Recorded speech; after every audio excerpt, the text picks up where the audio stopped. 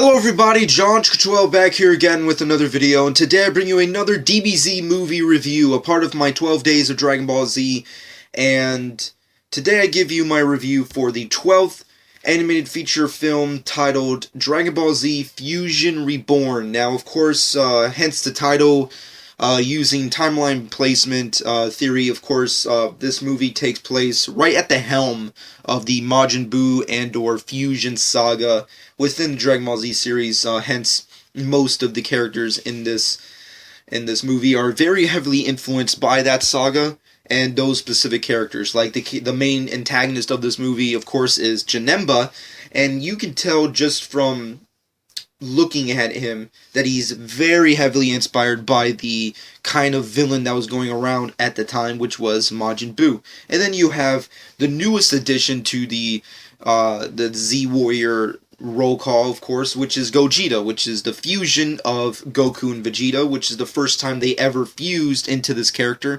and it's also the first time that this character is actually presented in the Dragon Ball Z series. Also, it's the first one for Gotenks to be featured within this movie as well. But nonetheless, a lot of people ask themselves as to whether or not Gogeta is canon.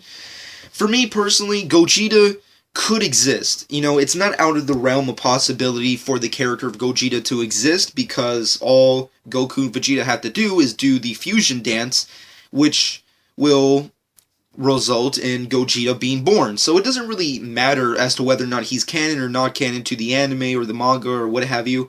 Regardless, it is possible for Gogeta to exist, but it doesn't really matter, because at the end of the day, Goku and Vegeta don't really have a desire or a need to fuse in general, and on top of that, Vegito, who is another fusion character in the Z saga, is far superior to Gogeta. Although Gogeta is, in my personal opinion, a better fusey kind of character, because at least he gets shit done, and his abilities are really cool, which is something I could admit. But nonetheless, spoilers away, of course, let's get right down into this movie. Now, this majority of this movie takes place on Otherworld, which is kind of interesting because we don't really get that much footage or, story plot points within Otherworld, with the exception of, characters training and whatnot, but we don't really get full, long arcs within Otherworld, which is why I really like the Otherworld tournament saga in between the Cell games and the Majin Buu arcs, which personally I thought was pretty badass. Of course, it's not canon or what have you to the manga, but it's still pretty interesting and fun and entertaining in my personal opinion. And of course, we get right back into this plot point, and what's really interesting about this movie? It doesn't really tell you where exactly this movie takes place, which is really weird. Like, as fun and entertaining this movie is, it has lots of inconsistencies, and there's a point where Goku states that he hasn't transformed into a Super Saiyan 3 since Majin Buu, which would make me perceive that this movie takes place after the Majin Buu threat. But the interesting thing about that is that all the characters don't look the same way, and Vegeta is dead, which implies that this is obviously taking place post Vegeta's fight with Majin Buu. So I don't know, there's just a lot of weird things that are going on. Like, the whole movie is very weird, but still awesome in and of itself. But let's stop with the ranting and let's get right into this movie, Fusion Reborn. Of course, it takes place during the Otherworld tournament where Goku and Pikkon, and yes, Pikkon makes his first film debut in the Dragon Ball Z movies, and of course Goku and Pikkon are once again at the end, the finals of the Otherworld tournament, taking on their rematch from the prior events that happened in the saga leading up to the Majin Buu arc. And of course, while that's going on, somewhere else in the bowels of Otherworld, essentially this spirit guardian teenage guy, which I don't really know what to call them, because they're not really ever... The interesting thing about the characters of Otherworld, with the exception of the Kais and King Yama and Grand Kai and what have you, all the other characters, they're never really given names, nor are we really ever giving them, or given, rather, job description of what they actually do. But the general gist is that this specific character, I guess, fuels up giant tubes of evil essence from evil spirits and characters from Otherworld that get sent down to hell, or what have you. So he's generally trying to do that, but then there's an entire explosion that happens with the machine, which fuses this evil essence and liquid onto this childlike guardian spirit guy, kid, whatever you want to call him, and essentially he is reborn and recreated into the humongous giant marshmallow looking motherfucker that is known as Janemba. And Janemba is turning Otherworld upside down, creating tons of chaos, destroying the checkout station. King Yema's stuck, doesn't really have plans, doesn't really know what to do, and Goku and Pikkon must team up to take down Janemba. Now, the interesting thing about this is that it also opens up really interesting plot points on Earth, where because of the checkout station being all haywire because of Janemba, the dead has rised again. It's Night of the Living Dead with Dragon Ball Z. Demons and, evil characters and villains from DBZ past have come down to Earth to destroy and wreak havoc and create chaos, as most villains do. And it's up to Gohan, with the help of his girlfriend Videl, which I don't think it's actually implied that they're dating in this movie. I don't even remember. If memory serves me correct, which it never does, in Broly's Second Coming, there was a thing there, but they weren't technically going out. So I'm guessing that it's either this movie up until Wrath of the Dragon is when they officially became a thing. So, but for the sake of the argument, I'm just going to call them an item, the status quo, if you will. But essentially, Gohan teamed up with Videl, and on the other side, you have Mr. Saiyan doing his own thing, which is hysterical. And then you have Goten and Trunks teaming up as Super Saiyans to take on Hitler and his fucking War of the Undead, if you will. So it's really amazing animation-wise stuff. Although I'm not big on the bold outlines. I know a lot of people love those scenarios where you have where the entire section of animation is so different from the rest of the animation. I think, as much as I know it's not trying to take itself too seriously and it's trying to do its own thing, I was never really a big fan of that. I feel like you're taking me out of the movie when I know that this is, the serious stuff and this is the more cartoony stuff. It just takes me out of it. And on top of all that, I'm not really big on anime creators or animators or manga artists in general changing up the outlines of their artwork. Like, it always feels weird, and you can always see it, and I like to call it the new wave anime. And it's basically when anime artists or animators or manga artists in general basically change up the outlines to their characters or their overall designs with coloring or really, really bold outlines, which I think is really odd and very awkward in comparison to older animes like Dragon Ball Z. And a clear example of this is Attack on Titan. Attack on Titan, even though I like and enjoy it, it has these really bold outlines for their characters, which I think works and then it doesn't work. It's just I think it's best to stick to a style and not try to, shoehorn a whole bunch of other bullshit that doesn't necessarily need to be there. But nonetheless, Goku and Pikkon try to take on Janemba. Janemba is far too powerful for the two of them, so Goku must transform into a Super Saiyan 3 to take him on.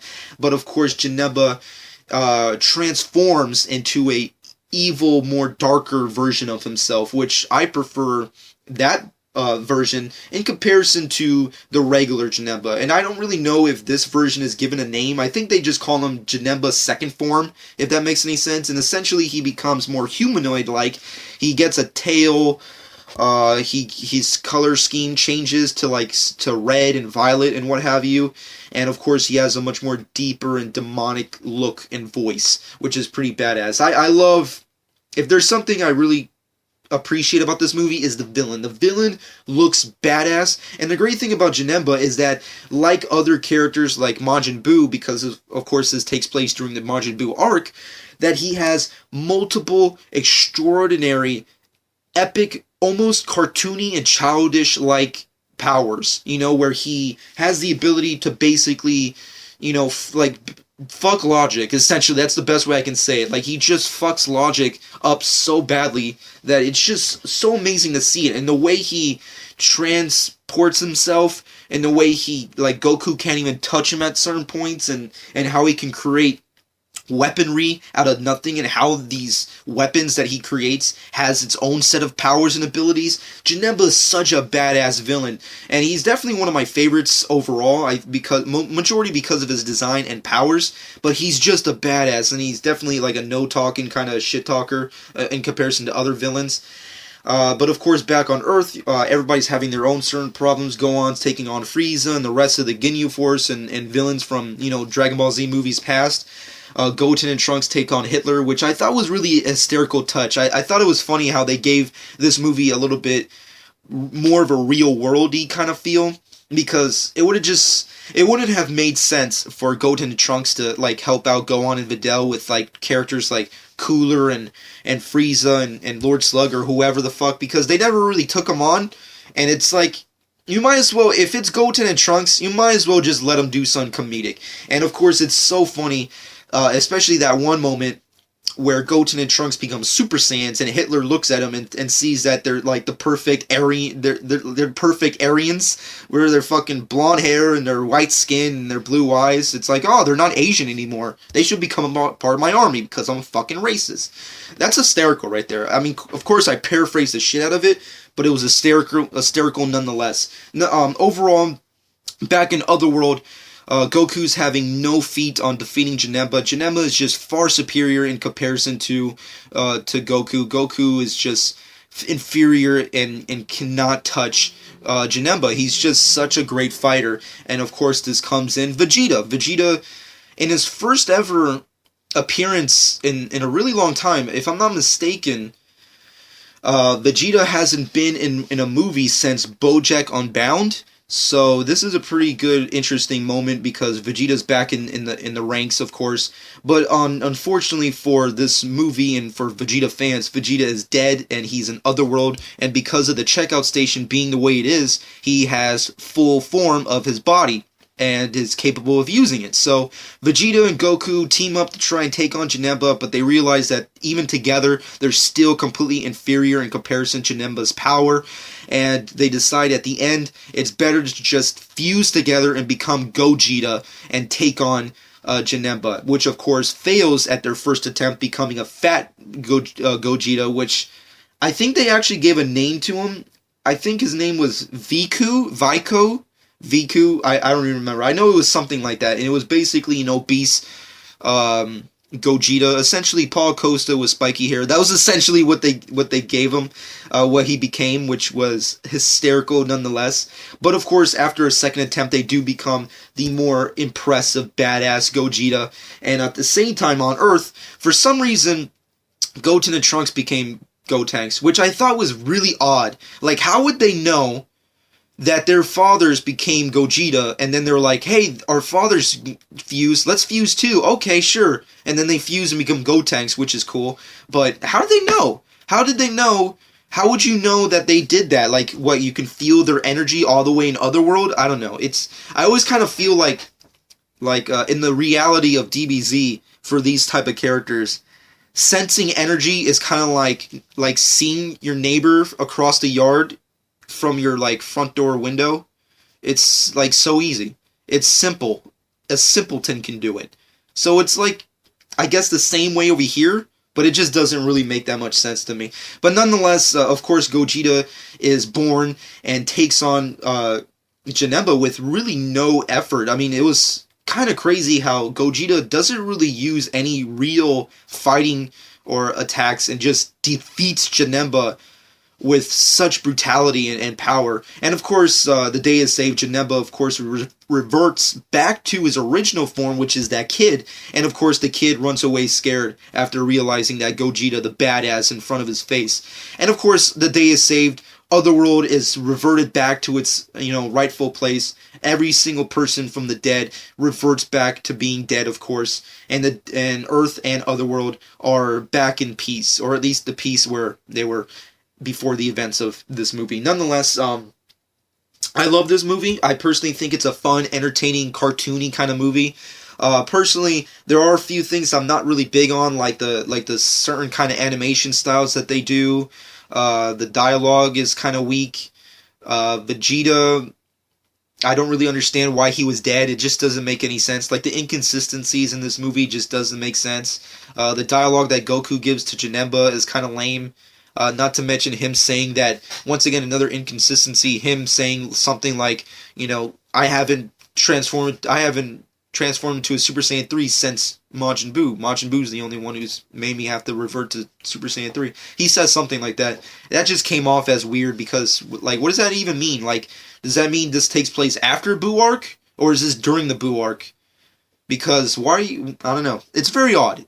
Nonetheless, I still like it. Janemba as a character, I like both forms. I like the big, gigantic marshmallow version, and I also like the smaller, humanoid, demonic version. Both versions I love. It's a badass character. Definitely a good addition to the Dragon Ball Z series, and very, very entertaining movie. Overall, it's definitely a way big step up from the prior movie, which was Bio Broly, which I personally thought, and I'm pretty sure a lot of us would think, is the weakest of the DBZ movies.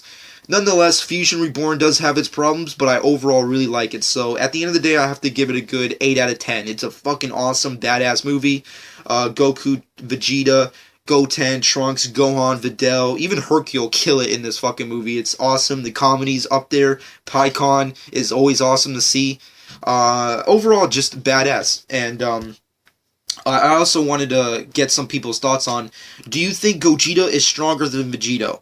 I'm pretty sure a lot of people would agree that Vegeta is superior to Gogeta, but based off this movie, when you watch it, do you believe that he is stronger? Let me know what you personally think about that in the comment section below. Do you think Gogeta is superior, or do you think Vegeta is superior? Which is the superior character between the two? Nonetheless, also, let me know what you personally thought about the character of the Janemba. And what did you think about Gogeta overall? Which I'm pretty sure a lot of us really liked. It was just a badass fucking scenario. Also, a very common used scenario, seeing as how in Dragon Ball GT, this movie was obviously an influence for certain story points in GT. For those of you who don't know, spoilers, of course, if you've not seen GT, which I'm pretty sure if you have, you don't really care about me saying spoilers. But nonetheless, in GT, they use plot points in this movie for certain sagas, which is, of course, Otherworld being destroyed, the checkout station being kaput, basically Gogeta being born, and majority of all the DBZ villains coming out of hell and wreaking havoc on Earth, which was a commonly used, plot point for GT. So, let me know what you personally thought about that as well.